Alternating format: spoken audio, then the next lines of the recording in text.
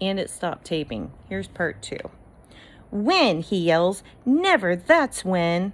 Not never, I think fast. The rest of us will go through the window, and then one of us will sneak back into the house and unlock the basement door. Ralph snorts. Sure you will. No, we will, I promise. That's risky, Jonah says. Well, we can't leave him, I say. I think about Fra. Unlike Robin, I would never leave a friend behind. We're a team, I add empathetically. We're Fra. We're a Jarg. Jarg. Jonah, Abby, Ralph, and Gerda. And Jarg doesn't leave a person behind. Jarg? Ralph repeats. What are you talking about? Jonah, does your sister always make up words? Yes, my brother says. We are Jarg, and we would never ditch our friend, I cheer. Yay, Jarg, Gerda exclaims. Go, Jarg, go. Well, whoever comes back to get Ralph wear a mustache, Jonah asks. Where are you even getting a mustache from, Jonah, I ask. From Ralph's tail, he offers. Sorry, I have to turn the page. Whoa there, Ralph says, backing toward a corner. No one has taken any of my tail, thank you very much. Jonah tries to reach for it. But it would make a great mustache. Ralph backs himself into a wall.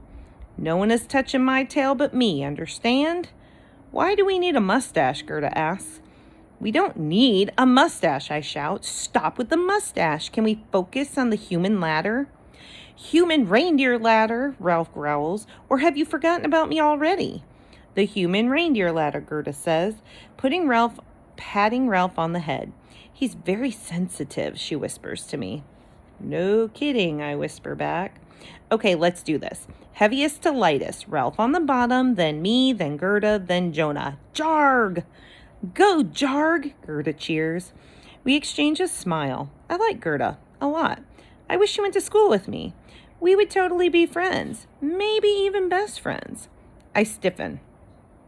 Not better best friends than me and Frankie, of course. I would never ditch Frankie. I'm not that girl. I'm not Robin. Jonah eyes the tray of food. Can we eat before we escape? I'm starving. Good idea, Gerda says. We need our energy, and we want to wait until the robbers are asleep anyway. Is there any hot chocolate? I ask, stepping over to the tray. Jonah says, that stuff was tasty. I could definitely have more. Ralph cackles. You're kidding, right? They only give you the hot chocolate when they're trying to woo you into the sled. I look down at the pathetic meal.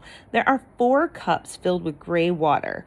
Black flecks float on the surface.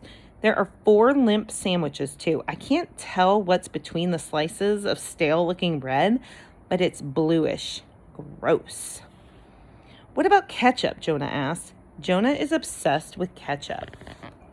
I shake my head. There's no ketchup, Jonah. There isn't much of anything. Last time I complained to Mother, Gerda tells me, she threatened to serve me reindeer for dinner. I almost gag. Ralph lets out a sob. Gerda nods. I stopped complaining.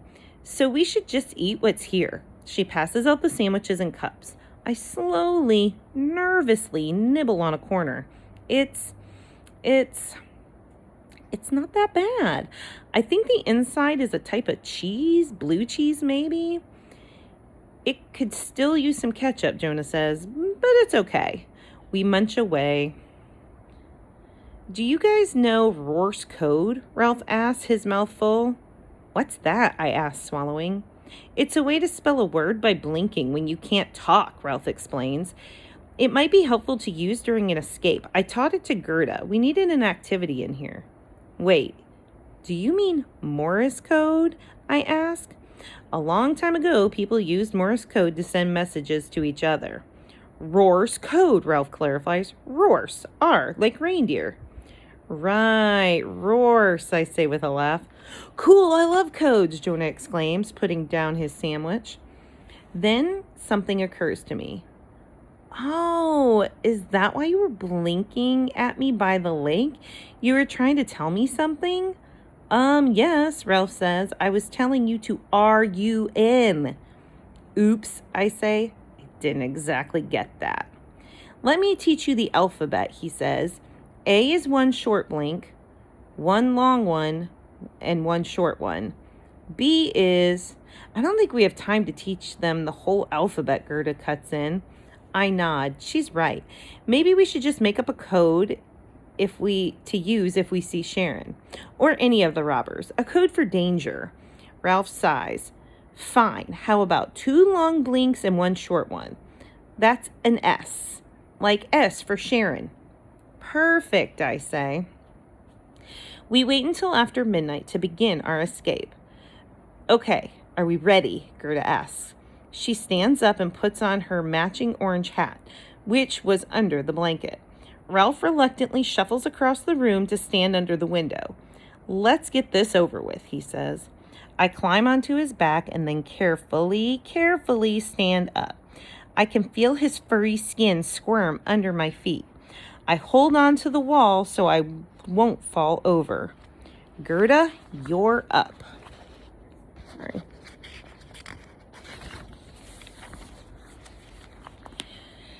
Ready, she sings as she pulls herself onto Ralph's back and stands up, lifting her arms to a T for balance.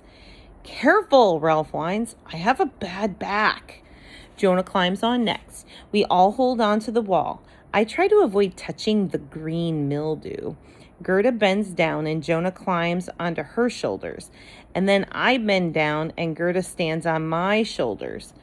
The combined weight of Jonah and Gerda is making me tremble a little. I notice that Gerda is wearing purple sneakers. Sorry. Nice shoes, I say, while I slowly stand up. I wish I had shoes instead of polar bear booties. They're comfortable, but the shoes I had before... There's bugs. But the shoes I had before were my favorite. They were red. I lost them in the river. I remember something about Gerda's shoes from the original story. Even though she loved them, she offered them to the river if the river would give Kai back to her, which is pretty amazing. Gerda's so devoted to her friend. Gerda is a real best friend. Not like someone I know whose name rhymes with Bobbin. Ready, I ask? Let's do it. We all stand. We did it, I say. Go Garge, Jonah says. Jarg, Gerda and I correct him at the same time. She smiles down at me. I forgot the blanket, Jonah calls out. Oops. Of course you did, mutters Ralph. You guys are the worst escape artists ever. You're never going to come get me. Garge is just short for garbage. I bend back down. Gerda bends down. Jonah slides off of Gerda and then Ralph, and he picks up the blanket. Then Jonah gets back on Gerda. Gerda gets back on me. Ready? I'm gonna stand up again, I say. Ready, they all cheer. I straighten my legs. Carefully, slowly. I'm up. My turn, Gerda says, and then straightens her legs. Done. I feel her wobble, but I hold tight to her feet. Stand, Jonah, stand, I call. He stands. I can reach the window, he calls down. Wahoo, we all cheer. What's out there, I ask. Gerda's sneakers start to grate against my shoulders. I tremble and hold tighter to the wall.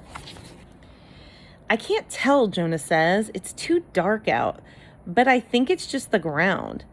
That makes sense since we're in the basement, Gerda says. What are you waiting for, Ralph asks. I'm not getting any younger. Open the window. Jonah coughs. What? It doesn't open, Jonah says. I think it is locked. Well, unlock it, Ralph orders. I don't see a lock. Maybe it's just stuck. Break it, Gerda orders. With what? Jonah asks. Your elbow. Smash it open. A little bruise never hurt anyone. Ralph stomps an impatient hoof. No, I call out. You'll cut your elbow. Jonah, do not smash that window with your elbow. I do not approve of that idea at all. Are you listening to me, Jonah? I'm listening, Abby, but what do you want me to do? Is there a pole or something we can use? Why would there be a pole? I don't know, something. There are the water cups from dinner, Gerda says. We can use the cup to smash the window.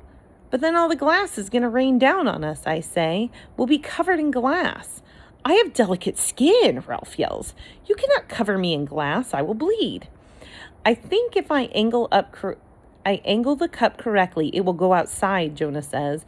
We'll have to be careful when we climb out, but we should be okay. I'm coming down for the cup. He crouches down, Gerda crouches down, I crouch down. I'm not sure about this plan, I say nervously. It's the only plan we have, Jonah says. He gets the cup and climbs back up. He goes on Gerda, Gerda goes on me. Same old, same old. Ready, Gerda says. I am not happy about this plan. It has disaster written all over it. Everyone close their eyes just in case, I cry. I brace myself for falling glass. I can't help but think of the broken mirror in the original Snow Queen story. This isn't the same thing, right? Jonah starts counting. 1, 2, 3. Oh, look at that. What? Gerda, Ralph, and I ask at the same time. Maybe this is the lock. I hear a loud click. Yes, I thought it was decoration. Hold on. Jonah opens the window and a gush of cold, fresh air blows through the room. Ah, Ralph says, that feels good. I'm going through, Jonah says. Careful, I call out again. He shimmies through the window. Pass up the blanket, he calls down. I bend down very carefully, pick up the blanket off Ralph's back and pass it up. When Jonah gets the blanket, he holds it down to Gerda and heaves her up through and out through the window. I'm next, I say. No kidding, Ralph mutters. Then he looks up at me with the moon-sized eyes and squeezed my heart. You won't forget about me? I won't, I promise. Jarg forever. The blanket comes down and I grab hold. We'll come back to get you in 5 minutes. Gerda and Jonah yank me up and toward the darkness. That's finally the end. That was a really long chapter. Do you think they're going to come back and get him? I hope so. All right, so look. Chapter 10 and back again. I hope that means they're coming back to get him. All right, I hope you guys are having good days and good nights. It's dark out now. Happy birthday, little Miss Daphne. Daphne had a birthday. Hope you got to celebrate at home. We miss you all. And we will see. There's lots of bugs. We'll see you again next time. Bye.